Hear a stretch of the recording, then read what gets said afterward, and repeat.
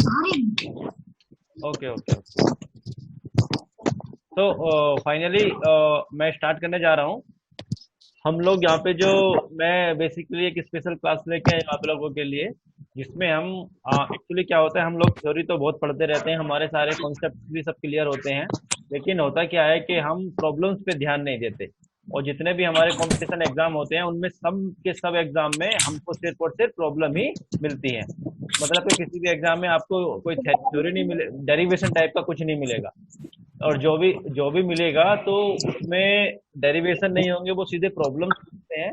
और उन प्रॉब्लम्स जो होती है वो सारी कॉन्सेप्ट बेस होती हैं। तो अभी मैं आपको आपके लिए कुछ दिनों में जो प्रीवियस ईयर सीएसआईआर नेट के एग्जाम में जो भी क्वेश्चंस पूछे गए हैं उनको लेकर के आया हूँ।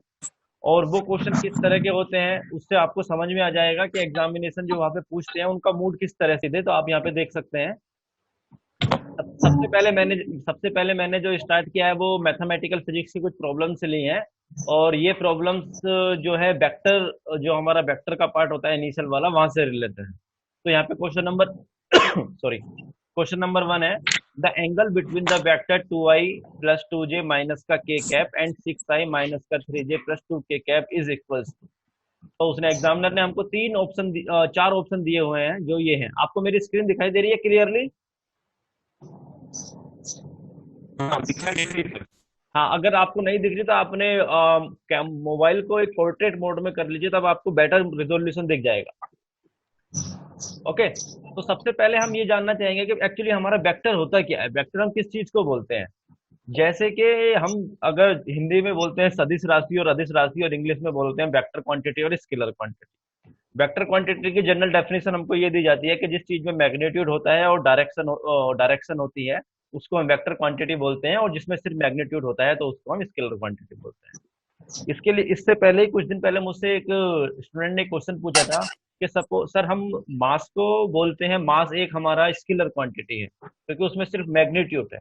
और अगर मैं ये कहता हूं कि मैंने मास को एक एक्स दिशा में फेंक दिया है, मतलब कि आई डायरेक्शन में फेंक दिया है, तो अब तो मास के पास में डायरेक्शन भी आ गई और मैग्नीट्यूड भी है। तो क्या मास हमारा वेक्टर क्वांटिटी बन गया?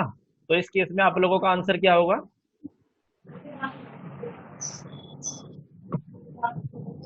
Please respond me if someone want to tell something.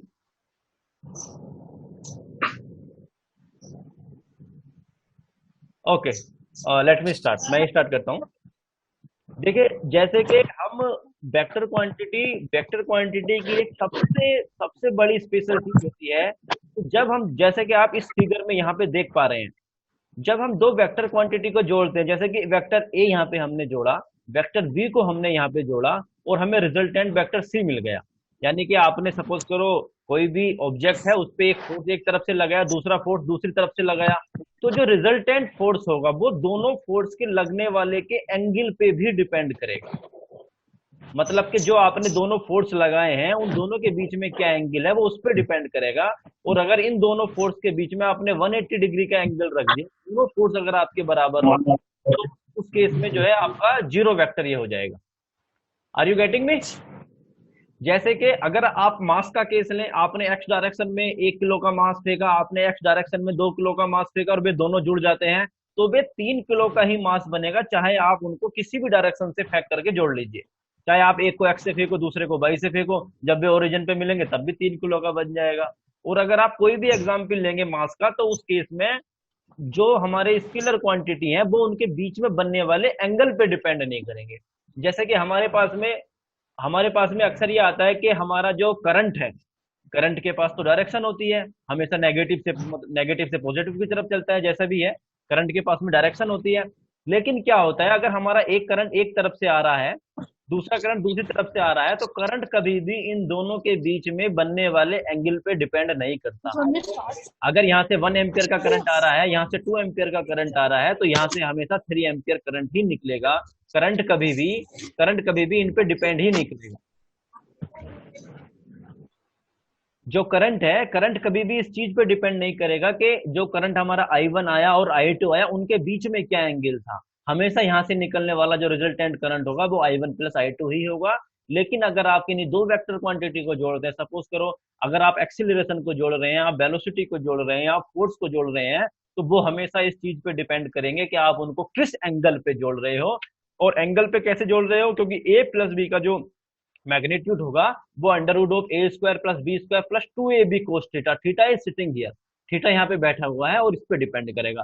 तो इस तरह से, और इस जो रूल है जिसको मैं आपको ये एंगल बता रहा हूँ, इसको ट्राइंगल रूल बोलते हैं। वेक्टर क्वांटिटी हमेशा ट्राइंगल रूल को फॉलो करती है, जबकि स्केलर क्वांटिटी कभी भी ट्राइंगल रूल को फॉलो नहीं करती है।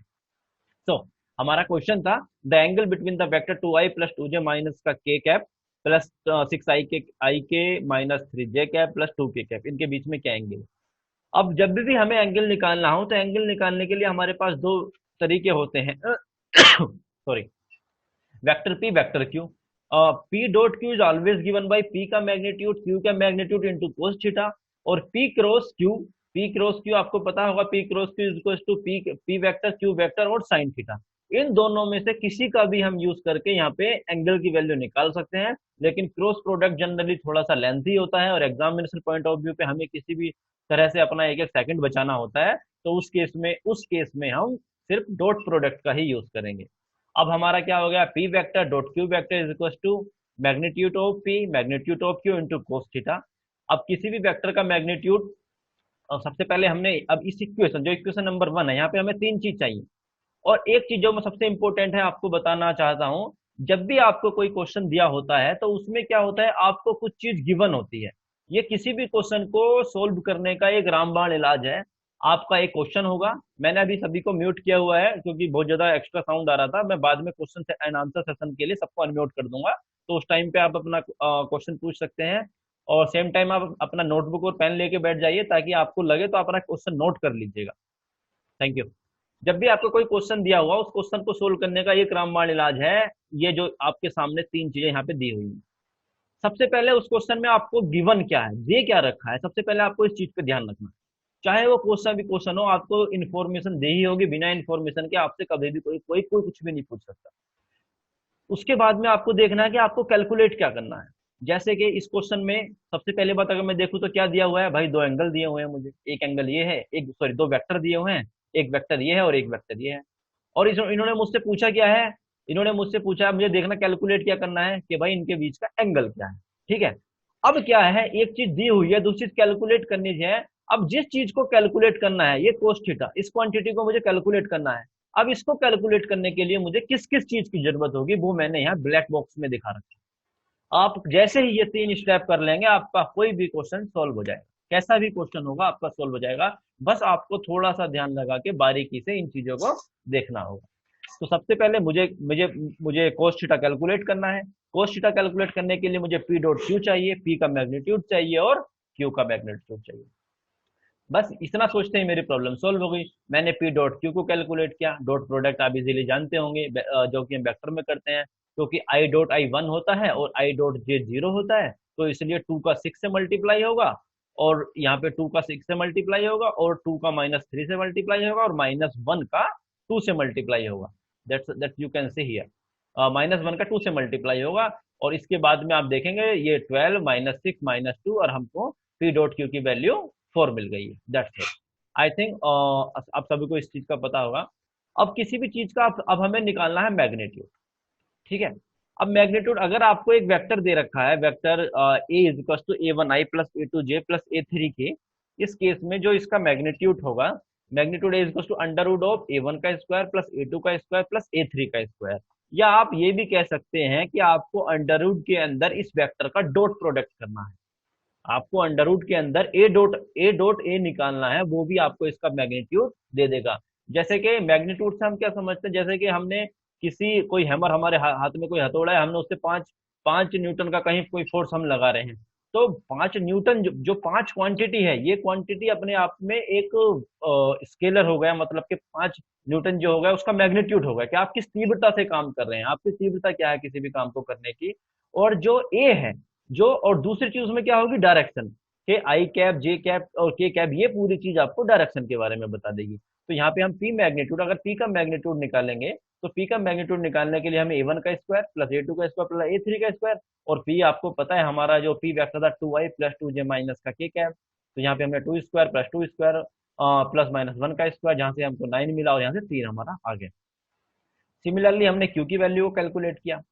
अब क्यू का मैग्नीट्यूड क्या है? अगेन हमने A one square plus A two square plus A three के स्क्वायर अंडर फुल रूट के अंदर में उसकी वैल्यू आई 49, दैट इज 7। 49 का जो अंडर रूट होता है वो 7 होता है। फिर हमने इसको इस फॉर्मूले में रख दिया, P dot Q is equal to cos theta, P dot Q is equal to P magnitude Q magnitude cos theta. फिर यहाँ से हमने कोस थीटा की वैल्यू निकाली, cos theta is equal to 4/3 under root of 49, इसको last में मैं 7 भी लिख दूंगा। और यहाँ से हमने थीटा हम लिख लेंगे कोस इनवर्स ऑफ दिस, और theta is equal to cos inverse 4/21। तो यहाँ से हमारा जो आंसर आ गया, theta is equal to cos inverse 4/21। इतनी कैलकुलेशन करने के बाद में हमें आंसर मिल गया। अब क्या है, जब आप फ्रिक्वेंटली क्वेश्चंस करते रहेंगे तो आपको धीरे धीरे शॉर्टकट भी पता लगते रहेंगे। जैसे कि मैं इस क्वेश्चन को करने का एक शॉर्टकट बताता हूं आपको। यहाँ पे क्वेश्चन वाले ने हमको 4 ऑप्शन दिए हुए थे, प्लीज मेरी बात को आप ध्यान से सुनना। क्वेश्चन करने वाले ने हमको 4 ऑप्शन दिए हुए थे, जिसमें साइन का भी है और कोस का भी है, तो हम ये तो डिस्टिंग्विश नहीं कर सकते। लेकिन अगर हम इनका सबका अपोन में देखें, इसमें 11 है, इसमें 11 है, इसमें 21 है और इसमें 25, और हमें ये पता है कि जब हम P और Q का निकालेंगे तो थीटा के साथ में, अगर आप इस इक्वेशन को देखो तो यहाँ पे आप देख सकते हो कि कोस थीटा जो है हमेशा P का मैग्नीट्यूड और Q का मैग्नीट्यूड अपोन में आएगा। अब अगर आप यहाँ से सीधा इसका डॉट प्रोडक्ट निकालते हैं तो डॉट प्रोडक्ट की वैल्यू आपको 21 मिलेगी। 6 दूनी 12 प्लस 3 दूनी 6 और प्लस 2, यहाँ से इसकी वैल्यू 21 मिलेगी, और जिसके अपोन में 21 है आप सीधे वही आंसर भी लगा सकते हो, आप पूरी की पूरी कैलकुलेशन से बच जाओगे। तो दैट इज द, ये सारी चीजें आपको जब सीखेंगे जब आप बहुत बड़ा प्रैक्टिस कर लोगे अपना, और सारी प्रैक्टिस के बाद में आप इन चीजों को सीख जाओगे। यहाँ पे क्वेश्चन नंबर 1 मेरा कंप्लीट हो गया है, और मैं सभी पार्टिसिपेंट को अनम्यूट कर रहा हूँ। If they have any question then they can please ask.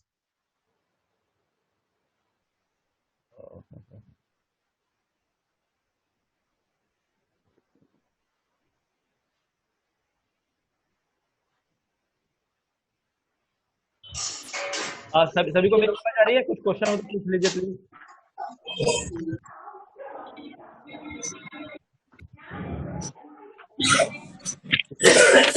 कोई क्वेश्चन? No sir. ओके, सब हम प्रोसीड करते हैं। No sir. So next question हमारा थोड़ा और इंटरेस्टिंग है। उसने उसने पूछा हुआ है, if the projection of a vector A is equals to I plus mj plus का k on the vector B is equals to 4i minus 4j plus 7k is equals to 19/9, then the value of m is equals to, मतलब कि इसने क्या किया है कि vector A का projection vector B पे लिया हुआ है और उस प्रोजेक्शन की वैल्यू 19/9 हमको दी हुई है। ठीक है, यहाँ पे हमें फिर से दो चीज हमें देखनी है। हमको क्या दिया हुआ है? 2 वेक्टर दिए हुए हैं। फर्स्ट आई हैव,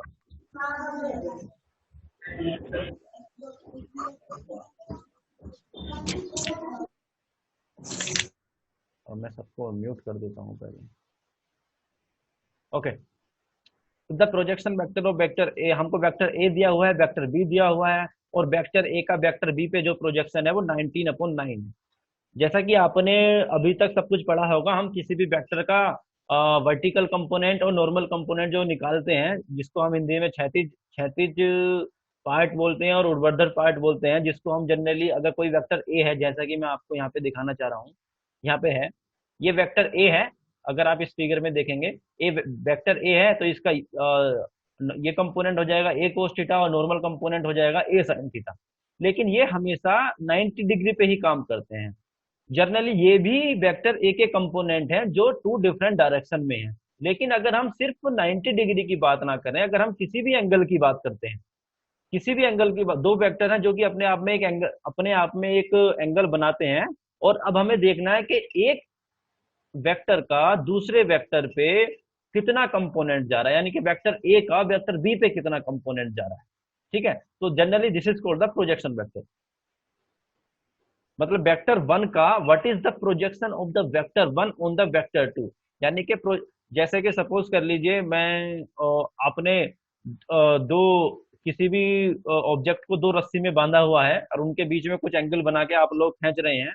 अगर एक आदमी खींच रहा है और दूसरा भी खींच रहा है, तो अगर एक के खींचने से वो ना तो पहले वाले की तरफ जाएगी ना दूसरे की तरफ जाएगी, वो बीच में कहीं आगे बढ़ेगी। तो इससे हमें ये पता लगता है कि पहले वाला दूसरे वाले पे कितना फोर्स एग्जर्ट कर रहा है और दूसरा वाला पहले वाले पे कितना, दोनों का एक दूसरे से प्रोजेक्शन जा रहा है। I hope you are understanding this. और basically projection of a vector is a resolution of the vector, मतलब कि वेक्टर ए का वेक्टर बी की डायरेक्शन में रिजोल्यूशन कितना है, इसका कितना कंपोनेंट है वेक्टर ए का वेक्टर बी की डायरेक्शन में। तो इस चीज को कैलकुलेट करने के लिए हमें प्रोजेक्शन वेक्टर की जरूरत होती है। और the projection vector formula is given by A dot B upon B vector का होल स्क्वायर इन, और in the end B vector, क्योंकि हमें बी की डायरेक्शन में निकालना है, जो हमारी बी की डायरेक्शन में है, और उसका कितना पार्ट होगा वो इससे दिया जाएगा, A vector dot B vector upon B cap का स्केयर। तो यहाँ से हमें जब सिंपल मिल जाएगा, यहाँ से आप उसकी वैल्यू पुट कर सकते हो। जो हमें वेक्टर ए दिया हुआ था हमने उसको रख दिया, वेक्टर बी की वैल्यू को रख दिया। जैसा कि मैंने आपको बताया था हमको क्या गिवन है और क्या कैलकुलेट करना है। हमको गिवन थे दो वेक्टर, एन की वैल्यू कैलकुलेट करनी है। उसके लिए हमें क्या चाहिए, उसके लिए हमें चाहिए प्रोजेक्शन वेक्टर का फॉर्मूला क्या होता है। अगर हमको अब पता लग गया हमको जो दिया हुआ था क्या कैलकुलेट करना है और यूज क्या करना है, प्रोजेक्शन वेक्टर का फॉर्मूला, बस वहीं से हम सिंपल इसको इस इक्वेशन में पुट कर देंगे और यहाँ से आप देखोगे तो आपको जो है m की वैल्यू सीधे 2 मिल जाएगी। There is a simple calculation. यहाँ पे हमने बहुत छोटी सी कैलकुलेशन का यूज किया हुआ है, जो कि जनरली आप कर सकते हो, या यहाँ पे डॉट प्रोडक्ट का यूज किया हुआ है, और जो बी का मोड निकाला और उसका हमने स्क्वायर कर दिया। आपको पता है किसी वेक्टर का जो मोड होता है वो उसके कंपोनेंट्स के स्क्वायर को एडअप करके और अंडर रूट के अंदर रख के निकाला जाता है। तो आई होप यू अंडरस्टैंड दिस कि प्रोजेक्शन वेक्टर क्या होता है। प्रोजेक्शन वेक्टर जो होता है वो एक वेक्टर का दूसरे वेक्टर की डायरेक्शन में रिजोल्यूशन होता है, कि वो वेक्टर दूसरे वेक्टर की डायरेक्शन में कितना कंपोनेंट रखता है। That's all. So question number C, ये क्वेश्चन कई बार एग्जाम में पूछा गया है और बहुत ही सिंपल सा क्वेश्चन है।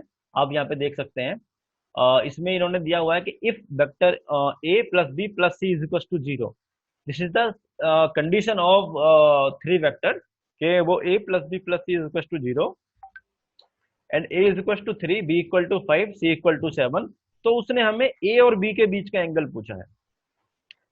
इस इक्वेशन से जितनी इंफॉर्मेशन उसने हमको दी हुई है, हम a और b के बीच का एंगल भी बता सकते हैं, b c के बीच का एंगल भी बता सकते हैं, और c और a के बीच का एंगल भी बता सकते हैं। प्लीज कोई भी अपनी स्क्रीन को टच मत कीजिए। आप स्क्रीन टच कर रहे हैं तो स्क्रीन पे कुछ ना कुछ लाइंस बनी आ रही हैं। अब यहां से हम देखते हैं, अब उसने हमको जिन दो चीजों के बीच में एंगल पूछा है, आपको पता होगा दो वेक्टर का अगर हम स्क्वायर करते हैं तो उनके कोफिशिएंट के साथ में ही हमको कोस थीटा का एक फैक्टर मिलता है। तो हम क्या करेंगे, ए प्लस बी को इस साइड रखेंगे, सी को इस साइड ले जाएंगे। बेसिकली सी यहाँ पे माइनस का साइन आएगा, मैं ये माइनस साइन लगाना भूल गया। अब हम क्या करेंगे, दोनों तरफ मोड लेकर के स्क्वायर कर देंगे। हमने दोनों तरफ मोड लिया फिर स्क्वायर कर दिया।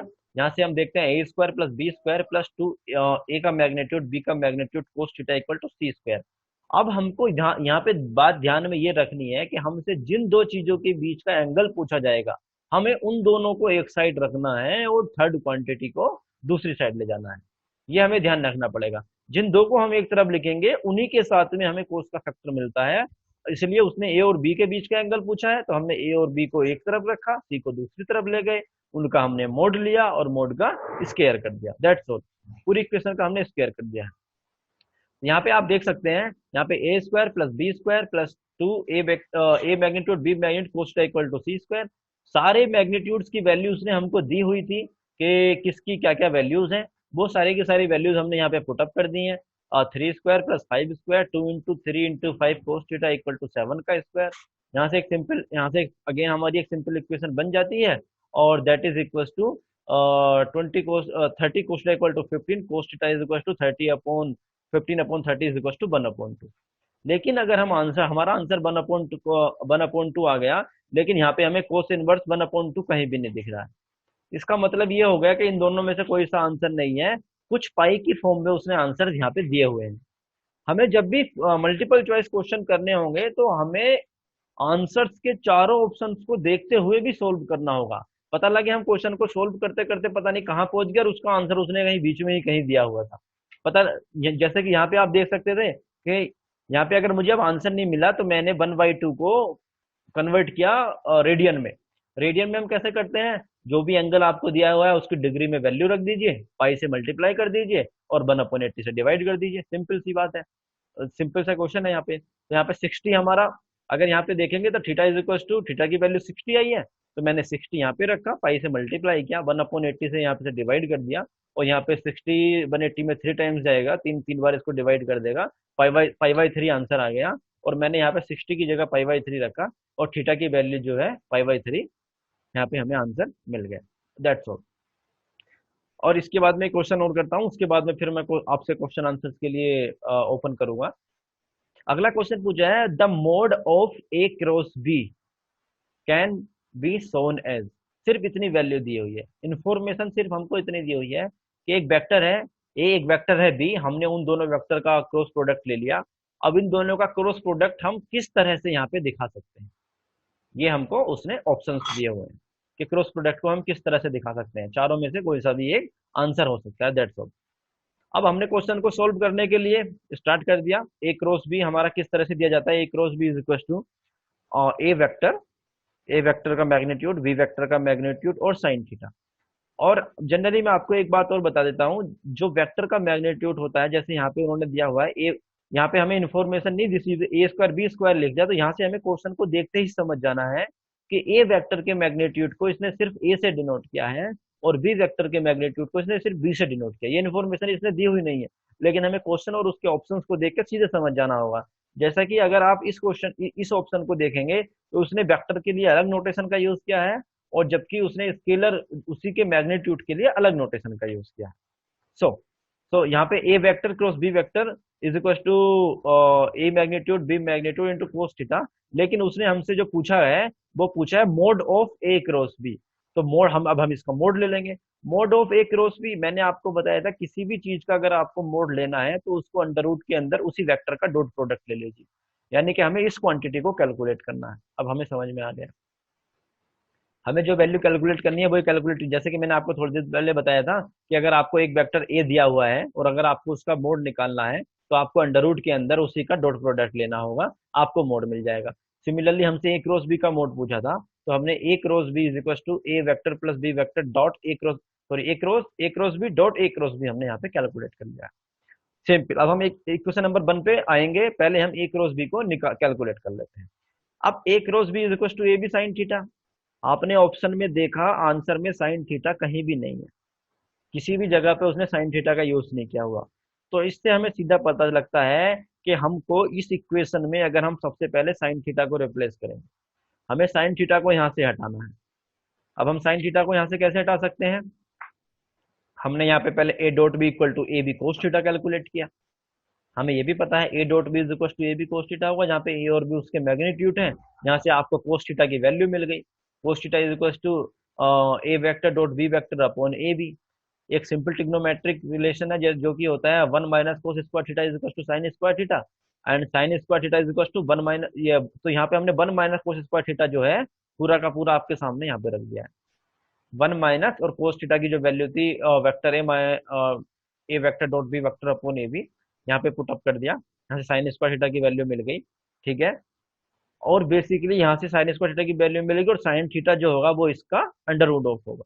अब हम इक्वेशन 1 और इक्वेशन 2 को दोनों को देखेंगे, तो A cross B is equal to, अगर ए क्रॉस बी का मोड लेंगे, तो जैसा कि मैंने आपको इस इक्वेशन में बताया था, A cross B dot A cross B हमको अंडर रूट के अंदर करना होगा, तो यहाँ से आपको मिलेगा A mod B mod sine theta, जो कि ये इक्वेशन है, और फिर से A mod B mod sine theta आपको यहाँ पे रखना पड़ेगा, जैसे कि ए बी साइन थीटा और फिर से ए बी साइन थीटा यहाँ पे आपका आ गया। और अगर आप इसके अंदर देखो तो ए स्क्वायर बी स्क्वायर और साइन स्क्वायर थीटा की वैल्यू आपने जहां आपने ऊपर कैलकुलेट की हुई थी वहां से आपने रख दी होगी, साइन थीटा की वैल्यू हमने वहां से रख दी। अब A square plus B square से A square plus B square cancel हो गया, और A cross B is equal to under root of A square B square minus A vector इसका स्क्वायर और बी वेक्टर का स्क्वायर, और under root के अंदर हमको ये आंसर मिल गया। और अगर आप यहाँ पे देखोगे तो आपको एक ऐसा ऑप्शन मिला हुआ है जो ऑप्शन नंबर बी है। और आपको जैसे आप इसको प्रैक्टिस करेंगे तो आप समझ जाएंगे कि अगर हमको साइन थीटा को एलिमिनेट करना होगा, साइन थीटा को एलिमिनेट करना होगा, तो हमें under root of 1 minus cos square theta का यूज करना होगा, मतलब कि कुछ ना कुछ यहाँ पे अंडर रूट में आएगा। तो आप बिना क्वेश्चन सोल्व किए जो अंडर रूट में क्वांटिटी थी उसको भी अगर टिक कर देंगे तो भी आपका आंसर सही हो जाएगा। ये थोड़े से तरीके होते हैं। ये कॉन्फिडेंस जब भी डेवलप होगा जब इन क्वेश्चंस को बहुत ज्यादा प्रॉब्लम्स आप करेंगे, और वो प्रॉब्लम्स आप मल्टीपल टाइम्स करते रहेंगे, तो आपको खुद से आपको अंदर एक कॉन्फिडेंस होगा, और आप इन डायरेक्ट भी टिक लगा पाओगे क्वेश्चंस के आंसर्स को। कि भाई अब मेरे को पता लग गया कि साइन थीटा को अगर मुझे एलिमिनेट करना है तो मुझे यहाँ पे अंडर रूट का साइन लगाना पड़ेगा, और अंडर रूट का साइन चार ऑप्शन में से सिर्फ एक ऑप्शन में है। हाँ, अगर यहाँ पे अंडर रूट किसी दो ऑप्शन में होता, अगर इसने बी की जगह पे मुझे ए स्क्वायर बी स्क्वायर प्लस का साइन दे दिया होता, फिर मेरे लिए ट्रेवल बन जाती, फिर मुझे कहीं ना कहीं सोल्व करना पड़ता। और मैं फिर अगर माइनस प्लस भी तब भी मैं बाइफरकेट कर सकता, क्योंकि one minus cos square theta होता है तो आंसर में माइनस ही प्रेजेंट होगा। ये भी एक बात होगी। तो ये सारे कॉन्फिडेंस है जो आप धीरे धीरे प्रॉब्लम्स करोगे, मल्टीपल टाइम्स प्रॉब्लम करोगे, तो आपको अपने आप ये पता लग जाएगा, धीरे धीरे सॉल्व हो जाएगा। इसके बाद में एक क्वेश्चन और है, let A and B are two unit vector, question number 5। Let A and B are two unit vector which then which statement is true. ये क्वेश्चन भी कई बार पूछा गया है, बहुत सारे कॉम्पिटिशन एग्जाम में पूछा गया है। अब यहाँ पे क्या है, ए वेक्टर और बी वेक्टर दो वेक्टर दिए हुए हैं, लेकिन अगर आप उनका मोड कैलकुलेट करोगे तो वो आपको वन मिलेगा। इसको कहते हैं यूनिट वेक्टर। किसी भी वेक्टर का मोड अगर वन है तो वो यूनिट वेक्टर कहलाता है। यानी कि मोड मतलब कि आप अंडर रूट के अंदर उसी का डॉट प्रोडक्ट करेंगे तो आपको वन मिलेगा, that is the unit vector.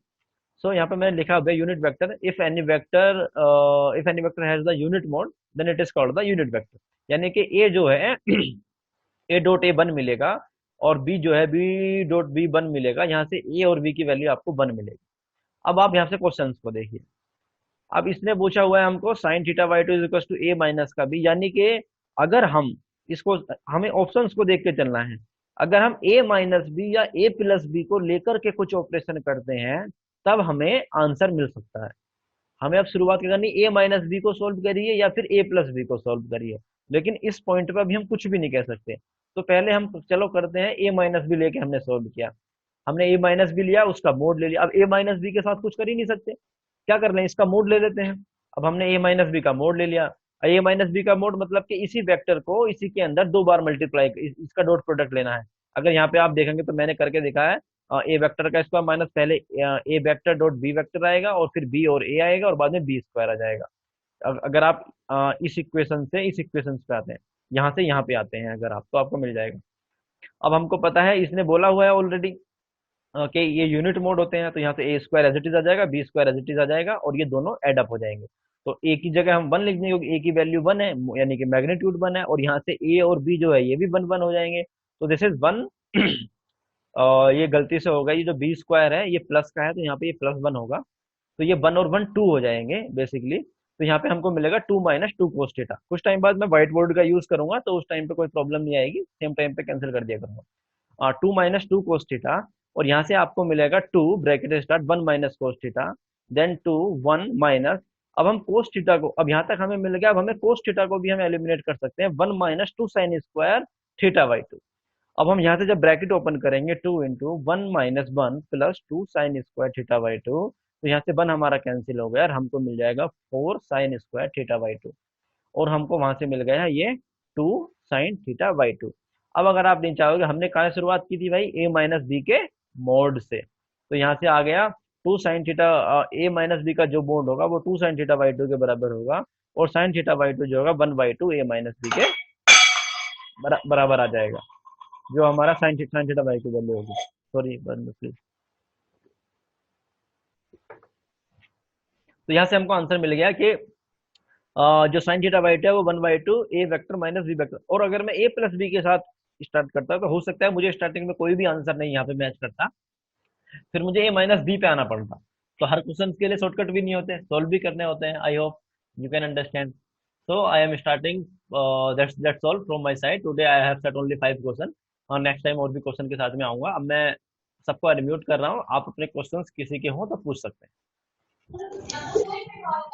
Hello, अगर किसी का कोई क्वेश्चन हो तो प्लीज आस्क।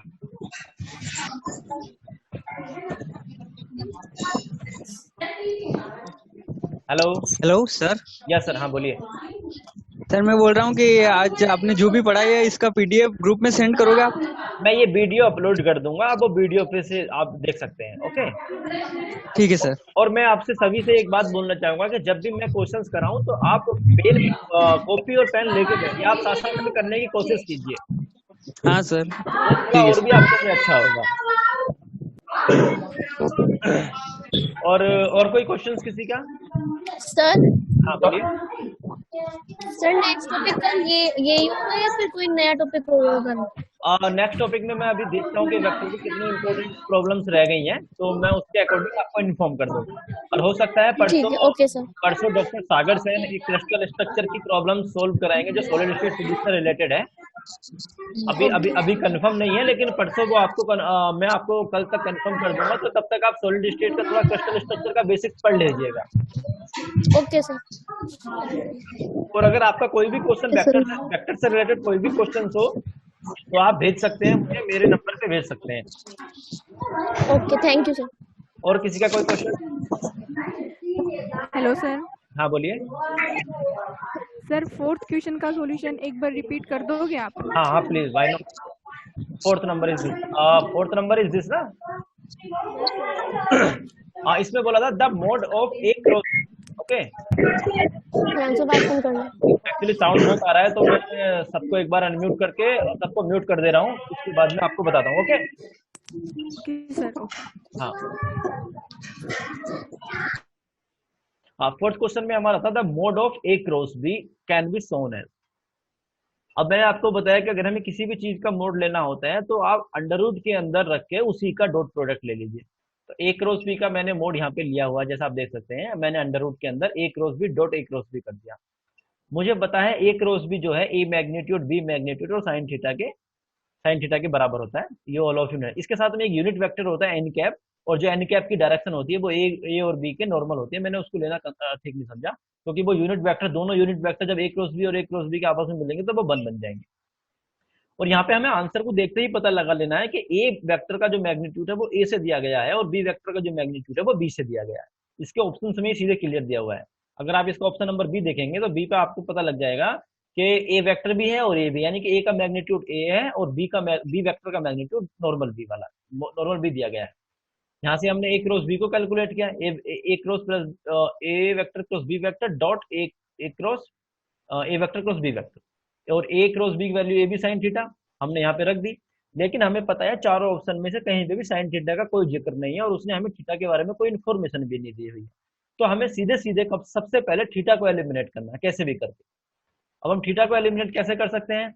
अगर हम ए वेक्टर क्रॉस बी वेक्टर से एलिमिनेट नहीं कर सकते, क्योंकि ए क्रॉस बी हमें किसी भी ऑप्शन में दिया हुआ नहीं है। यहाँ पे ए डॉट बी है, ए डॉट बी है, ए डॉट बी है, ए डॉट बी है, यानी कि आंसर में ए क्रॉस बी हो ही नहीं सकता। तो मैं ए क्रॉस बी का यूज करके साइन थीटा को एलिमिनेट नहीं कर सकता हूँ। तो मुझे क्या है, जैसा कि आंसर में मुझे ए डॉट बी दिया हुआ है तो मुझे ए डॉट बी की हेल्प लेनी पड़ेगी, ये तय है बात। तो मैंने सीधे सीधे सबसे पहले ए डॉट बी कैलकुलेट कर लिया। A dot B is equal to A B cos theta, तो यहाँ से कोस थीटा की value A vector dot B vector upon A B मुझे मिल गई। अब मैं यहाँ से कोस थीटा को यहाँ पे जो साइन थीटा है उसको एलिमिनेट करूंगा। अब मुझे पता है 1 minus two square theta equal to sine square theta होता है। मैंने सिंपल ट्रिग्नोमेट्री का यहाँ पे यूज किया, sine square theta is equal to 1 minus जो कोस की वैल्यू थी वो यहाँ पे पुट अप कर दी। साइन स्क्वायर थीटा की वैल्यू सिंपल ए स्क्वायर बी स्क्वायर माइनस का ए वेक्टर डॉट बी वेक्टर का होल स्क्वायर अपॉन ए स्क्वायर बी स्क्वायर यहाँ पे पुट अप कर दिया। और जो मेरी इक्वेशन नंबर 1 थी, जहाँ पे मुझे एक सॉरी ए क्रॉस बी का मोड कैलकुलेट करना था, तो A cross B A B sine theta, A B sine theta दो बार यहाँ पे आ गया, ए स्क्वायर बी स्क्वायर और साइन स्क्वायर थीटा की वैल्यू एज इट इज रख दी यहाँ पे, और ए स्क्वायर बी स्क्वायर से A square B square cancel out हो गया। तो मुझे मेरा आंसर मिल गया। और यहाँ पे मैं आपको ये भी बताना चाह रहा था, क्योंकि यहाँ पे मुझे, जैसे आप यहाँ इस पॉइंट पे आ गए थे, यहाँ पे आप आ गए थे, आपको पता लग गया था ए क्रॉस बी का मुझे मोड लेना है तो साइन थीटा चाहिए। साइन थीटा को एलिमिनेट करूंगा कोस थीटा से, उसके बाद में आपको दिखाई देगा ये इक्वेशन। इस इक्वेशन को देखते ही आपको ये समझ जाना है कि आंसर अंडर रूट में होगा। पहली बात, आंसर में माइनस साइन प्रेजेंट होगा। अगर आप इतना देख लोगे तो आप सीधे बी आंसर क्लिक कर दोगे। मतलब इतनी चीज से आप बी आंसर